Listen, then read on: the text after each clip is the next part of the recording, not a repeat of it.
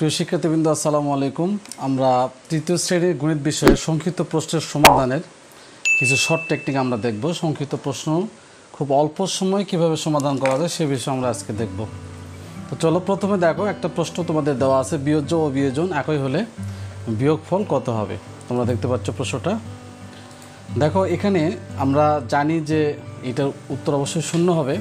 তো কিভাবে সেই শূন্যটা আমরা বুঝবো? দেখো বিয়োজন 5 আর বিয়োজ্য যদি 5 হয় তাহলে 5 5 মিলে গেলে কী হয়, বিয়োগফল আমাদের শূন্য হবে। তাহলে এভাবে আমরা এই অঙ্কটা বের করতে পারি। আর 2 নম্বর অঙ্ক দেখো, দুইটি সংখ্যার যোগফল 7037, একটি সংখ্যা 2447 হলে অপর সংখ্যাটি কত?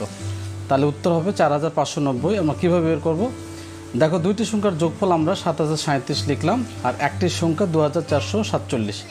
তাহলে এই 7037 থেকে 2447 যদি আমরা বিয়োগ করি তাহলে আমরা অপর সংখ্যাটি পেয়ে যাব। দেখো সাথে সাথে মিলে গেলে শূন্য হয়।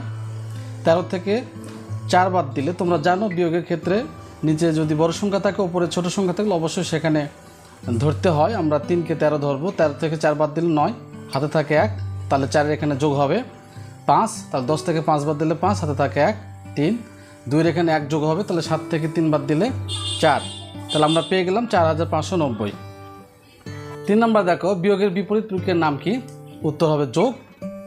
এটা সরাসরি আমরা মুখস্থ করব। 4 নম্বর দেখো, 196 এর সাথে কত যোগ করলে যোগফল 320 হবে? উত্তর হবে 124। কিভাবে আমরা পাবো? দেখো যোগফল 320 আর বিয়োগ করতে হবে 196।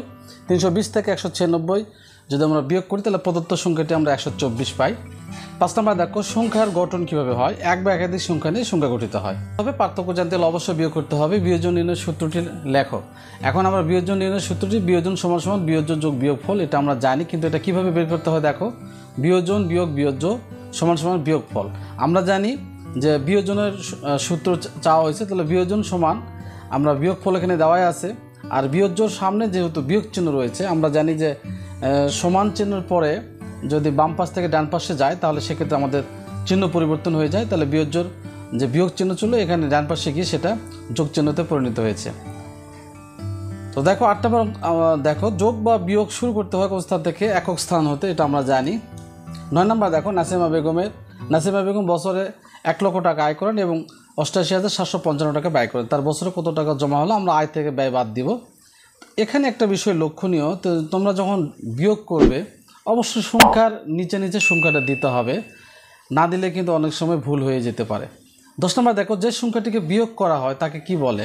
এটা আমরা মুখস্থ করতেছি বিয়োজ্য, কিন্তু দেখো এখানে মুখস্থ না করে আমরা যদি বিষয়টা বুঝি যে আমরা বিয়োজন ধরেছি 15, বিয়োজ্য ধরেছি 5, আর বিয়োগফল তাহলে আমরা 15 থেকে 5 বাদ দিলে 10 হয়। যেটা বাদ দিব সেটাই তো অবশ্যই। দেখো আমরা যেটা বিয়োগফল পেয়েছি 10। এখানে যে সংখ্যাটিকে বিয়োগ করা হয়, তোমরা একটু লক্ষ্য রাখো, এখানে বলা হচ্ছে যে সংখ্যাটিকে বিয়োগ করা হয়, তাহলে কোন সংখ্যাটিকে বিয়োগ করা হয়েছে? এই 5কে কিন্তু বিয়োগ করা হয়েছে, 5কে, তাই না? যে সংখ্যাটিকে বিয়োগ করা হয়, তাহলে আমরা 5কে বিয়োগ করেছি কোথা থেকে? 15 থেকে বিয়োগ করেছি। এই জন্য যে সংখ্যাটিকে বিয়োগ করা হবে সেটা কিন্তু অবশ্যই কী হবে? বিয়োজ্য হবে।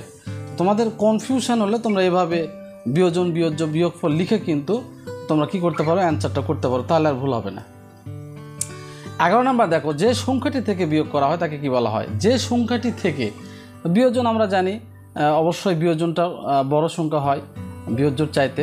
তো বিয়োজন 15 আর বিয়োজ্য দেখো 5, তাহলে যে সংখ্যাটি থেকে, তাহলে 15 থেকে কিন্তু বিয়োগ করা হচ্ছে। কত বিয়োগ করা হচ্ছে? 5। তাহলে বলা হচ্ছে যে সংখ্যাটি থেকে বিয়োগ করা হচ্ছে, তাহলে 15 থেকে বিয়োগ করা হচ্ছে, অতএব এটা হবে বিয়োজন। 12 নম্বর দেখো, রাজুর 41টি বেলুন আছে, সে তার বোনকে 18টি এবং ভাইকে 13টি বেলুন দিল। এখন তার কাছে কতটি বেলুন আছে? রাজুর বেলুন ছিল 41টি, বোন ও ভাইকে দিল 18 এবং 13 যদি যোগ করে আমরা 31 পাই। তাহলে বোন এবং ভাইয়েরটা যদি আমরা বাদ দিই তাহলে তার কাছে বেলুন রইল 10টি। সহজ হিসাব। 13 নম্বর দেখো, এই অঙ্কটা একটু অনেকের হয়তো বা একাধিক অঙ্ক থাকতে পারে বা ভুল হয়। দেখো অঙ্কটি দেখো, একটা ঘর দেওয়া আছে, তারপর বিয়োগ চিহ্ন 32 = 54 হলে কত হবে? উত্তর 86। কীভাবে হলো দেখো, তাহলে প্রথম এইটা হচ্ছে আমাদের অঙ্ক। তাহলে ফাঁকা ঘর বিয়োগ 32 = 54, মান বের করতে হবে ফাঁকা ঘরে। তাহলে 54 তো সমান চিহ্নের পর 54টা আমরা ঠিক রাখবো। আমরা আগেই বলেছিলাম যে ডান পাশে যদি সমান চিহ্নের ডান পাশে কোনো সংখ্যা নিয়ে আসতে হয় তাহলে তার আগে যদি বিয়োগ চিহ্ন থাকে ডান পাশে আসলে কি হবে? সেটা যোগ হয়ে যাবে। তো 32-এর আগে যেহেতু বিয়োগ চিহ্ন রয়েছে এইটা ডান পাশে যাওয়ার কারণে, সমান চিহ্ন ডান পাশে যাওয়ার কারণে এটা যোগ হয়ে গেল। তাহলে 32 আর 54 যোগ করে আমরা 86 পেলাম। 14 দেখো 855 এবং 986 সংখ্যা দুটি দশক স্থানীয় সংখ্যার যোগ করতে বলা হয়েছে, তাই না? তাহলে উত্তর হবে 13। কীভাবে হলো 13? দেখো 850 সংখ্যাটিতে দশক স্থানীয় অঙ্ক কোনটা? একক দশক 5, দশক স্থানীয় অঙ্ক 5। আর 986 সংখ্যাটিতে দশক স্থানীয় অঙ্ক কত? 8। এইভাবে কিন্তু তোমাদের যদি বলা হয় যে সংখ্যা দুটিতে একক স্থানীয় অঙ্কের যোগফল, যদি বলা হয় সংখ্যা দুটিতে শতক স্থানীয় অঙ্কের যোগফল, একইভাবে কিন্তু একক দশক শতক ডান দিক থেকে আমরা যদি গুনতে থাকি তাহলে কিন্তু আমরা সংখ্যাগুলো পেয়ে যাব, এবং যেটাই উত্তরে বলা হবে সেটা কিন্তু আমরা সরাসরি যোগ করে এভাবে আমরা যদি অঙ্কটা বুঝে থাকি তাহলে কিন্তু আমরা এইভাবে যোগ করে অঙ্কগুলো বের করতে পারবো। 15 নাম্বার দেখো, এখানে একটা প্যাটার্ন দেওয়া আছে 29, 33 ফাঁকা করে কত বসবে? উত্তর আমরা 25 লিখলাম, উত্তর হবে 25। কীভাবে আমরা 25টা পেলাম দেখি। এখানে আমরা 29 এবং 33-এর ব্যবধান কত তা আগে জানবো। কীভাবে জানবো? 33 থেকে আমরা 29 বড় সংখ্যা থেকে ছোট সংখ্যা বাদ দিব, 4 হলো। যেহেতু 29-এর আগের সংখ্যা লিখতে হবে তাই এই 29 থেকে আমি 4টা বাদ দিব। যেহেতু এই ব্যবধান যেটা পাবো সেটা 29 থেকে আমি যদি বাদ দিই তাহলে আমাদের ব্যবধান হয় 25, তাহলে আগের সংখ্যা আমরা লিখবো 25। এভাবে এই উত্তরটি করা যাবে। 16 নাম্বার দেখো 30275 দ্বারা গঠিত ক্ষুদ্রতম সংখ্যাটি কত? তো সেক্ষেত্রে আমরা ক্ষুদ্রতম সংখ্যাটি লেখার ক্ষেত্রে অবশ্যই লক্ষ্য রাখবো, যেহেতু শূন্যের মান যদি আমি সর্বপ্রথমে দেই তাহলে শূন্যের কোনো মান হয় না। তো শূন্যের মান ধরার জন্য সর্বপ্রথম আমাকে এই ছোট সংখ্যাটি দিতে হবে। এখানকার মধ্যে সবচেয়ে ছোট সংখ্যাটি 2, কিন্তু শূন্য নিলে আমরা শূন্য নেব, 2-এর পরে শূন্য নেব, তারপর থেকে পর্যায়ক্রমিকভাবে ছোট থেকে বড় 3, 5, 7 এভাবে আমরা যতটুকু অঙ্ক হয় আমরা লিখতে থাকবো। 17 নাম্বার দেখো, এখানে যোগ 6 অর্থাৎ +6 বা যোগ 6 একটি প্যাটার্ন এখানে তৈরি করতে বলা হয়েছে। তো যোগ 6-এর একটা প্যাটার্ন আমরা কীভাবে তৈরি করতে হবে? আমরা যে কোনো একটি সংখ্যা নিয়েছি, যেমন এখানে আমি 20 নিয়েছি। তো এখন 20-এর সাথে 6 যোগ করে হয়েছে 26, এবং 26 যে ফলাফল পেয়েছি এর সাথে আবার 6 যোগ করবো 32, এর সাথে আবার 6 আমি যোগ করেছি 38, এর সাথে আবার আমরা পর্যায়ক্রমিকভাবে 6 যোগ করতে থাকবো। যোগ করে আমার মনে হয় এখানে আমি 6টা ঘর নিয়েছি, তোমরা এখন একাধিক ঘর নিতে পারো, কোনো সমস্যা নেই। তাহলে এইভাবে কিন্তু যে কোনো প্রশ্ন প্যাটার্ন, আবার এখান থেকে বিয়োগের কথা বলা যেতে পারে, যে বিয়োগ 6-এর একটি প্যাটার্ন তৈরি করতে পারো।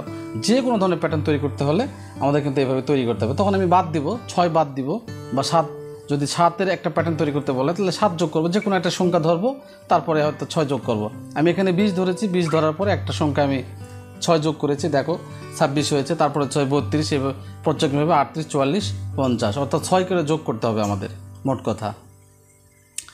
আচ্ছা 18 নম্বর আমরা একটু দেখে নিই। 18 নম্বর অঙ্কটা হচ্ছে মা ছেলের বয়স 105 বছর আর 15 বছর পর তাদের বয়স কত হবে? উত্তর অবশ্যই 135 বছর। মা ছেলের বয়স আমরা যোগ করেছি 105 বছর, দেওয়াই আছে 105, 15 বছর পর তাদের বয়স কত? আমাদের যেটা ভুল হয়, আমরা এই যে 15টা একটা 15 নেই, আসলে 105-এর সাথে 2টা 15 যোগ হবে, কি মা এবং ছেলে উভয়ের, যেহেতু 2 জন তাহলে 2টা 15 যোগ হবে, আমরা একসাথে 30ও লিখতে পারি। তাহলে 105 এবং এই 15, 15, 30। পুত্রের বর্তমান বয়স দেখো 35 হলে পিতার বয়স কত হবে? এখানে উত্তর 73 বছর দেওয়া আছে। কীভাবে পেলাম? 5 বছর পূর্বে পিতা পুত্রের বয়স 98 ছিল। তাহলে যেহেতু পুত্রের বর্তমান বয়স এখানে 35 দেওয়া আছে আর পিতার বর্তমান বয়সটা চাওয়া হয়েছে, তাহলে আমরা অবশ্যই 5 বছর পরে অর্থাৎ বর্তমানে পিতা পুত্রের বয়সটা আমরা আগে বের করেছি। 98-এর সাথে পিতার 5 এবং পুত্রের 5 দুইটা, একটা 5 নিলে কিন্তু অঙ্ক ভুল হবে। পিতা পুত্রের 2টা 5 আমরা যোগ করেছি, দেখো 108 বছর আমরা পেয়েছি।